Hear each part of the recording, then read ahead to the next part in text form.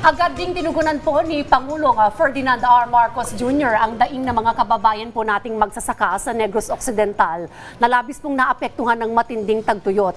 Kinilala naman ng Pangulo ang papel ng mga local government units para mabilis na naipabot sa ating mga kababayan ang kinakailangan po nilang tulong. Si Benji Dorango sa report. Rise and Shine, Benji. Nagpapasalamat po kami sa malaking tulong ng aming Pangulong Bongbong Marcos kasi malaking bagay yan na makatulong sa aming anak buhay. Yan ang pasalamat ng magasakang si Lope mula Antique kay Pangulong Ferdinand R. Marcos Jr.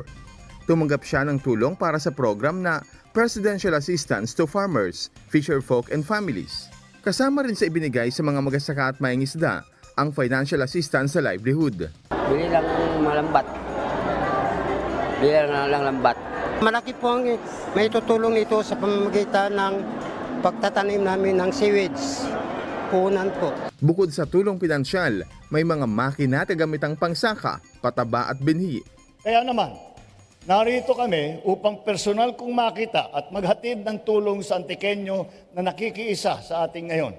Nagbigay rin si Pangulong Marcos ng 50 million pesos assistance sa mga provincial government ng Antique, Aklan, Capi sa Iloilo. Sa Guimaras naman ay higit 28 million pesos. Sa pakikipagsapalaran natin ito, umaasa ako na makikiisa kayo sa amin at sa inyong lokal na pamahalaan upang mapaunlad palalo ang inyong ekonomiya at magdala ng pangmatagalang kasaganahan sa Antique. Kasama sa nagatid ng assistance ang Department of Social Welfare and Development na nagbigay din ng 10,000 pesos sa 10,000 benepisyaryo, habang 5 kilong bigas ang ipinaabot ang tanggapan ni House Speaker Martin Romualdez. Magtiwala po kayo na sisikapin namin na maabot ang ating mga liblib at malalayong pamayanan sa bawat sulok ng bansa, nang sa gayon ay walang maiiwanan at walang mahuhuli at sama-sama tayong paglalakbay sa bagong Pilipinas, patungo sa bagong Pilipinas. Asahan na rin ang mga infrastructure projects sa rehiyon tulad ng pag-asaayos ng Paliwan Bridge na nasira noon ng Bagyong Paeng. Nariyan din ang Panay East-West Lateral Road na 80% nang tapos. Gayon din ang target na Antique Airport Development Project. Sa susunod na buwan, sisimulan na natin ang pagpapalawak ng runway, paglalagay ng mga check-in counter at iba pang mga kagamitan para sa passenger terminal building.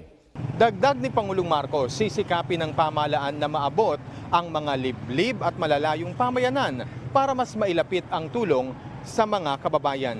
Mula rito sa San Jose de Buenavista sa Antique, Alan Francisco para sa Pambansang TV sa Bagong Pilipinas.